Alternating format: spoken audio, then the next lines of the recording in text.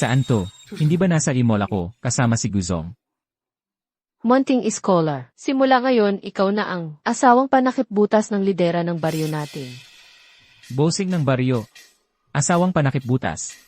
Totoo palang extreme maglaro si Guzong. Uy miss, wag mo akong lokohin, pakipalaya na nga ako. Lods, totoong sandata ata to, nagkatotoo na talagang na-transport ako. Ano raw?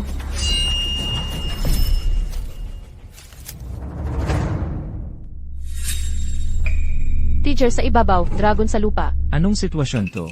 Tumatakbo na ang mga tulisan.